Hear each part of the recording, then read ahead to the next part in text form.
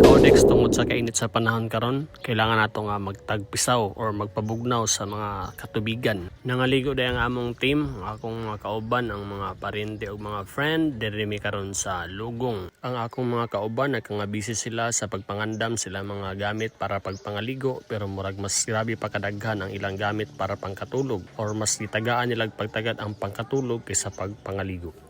Mas priority pagdala ang tent, ang mga baga nga jacket, mga unlan, habol para sa mao nga lakaw. Ug siyempre dili malimtan ang dala nga haplas.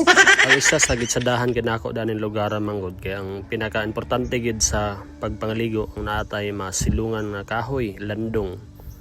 Dayon na ambakan na mga bato, dayon dili kay siya ingon nga kining daghan kayo disturbo nga mga tao nga mag-agi-agi or hapsay ang pamati o ma-feel gini mo ang nature tungod sa iyang kamingaw ug malinawon nga palibot.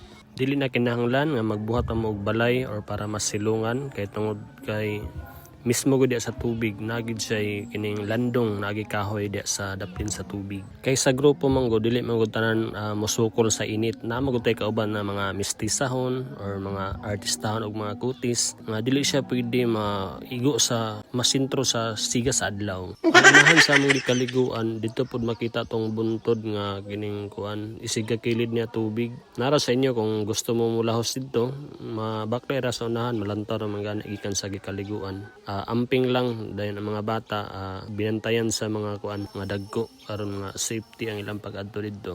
Okay, dayon atong giklaro ha nga ang pagpangaligo sa Lugong dili siya kinahanglan nga moagi gid anang kuyaw kay nga dalan or hadlok nga dalan. Tungod kay mas una gid maabot ang liguanan. Naa din sa inyo ha kung mulahos mo adtong kuan sada kay nga kuan view or panlantaw ng tubig ang isig kagilid. Ang kaliguanan diri sa Lugong dili pud ta kaingon nga kanang delikado ka sa mga daotang tao or mga daotan nga mga mananap sama sa mga banakon, mga king cobra or baksan. Kay naman po yung nakapuyo diri nga mga buklasan family. Sila gid ang maka-istorya or maka-testimony kung unsa ka safety diani.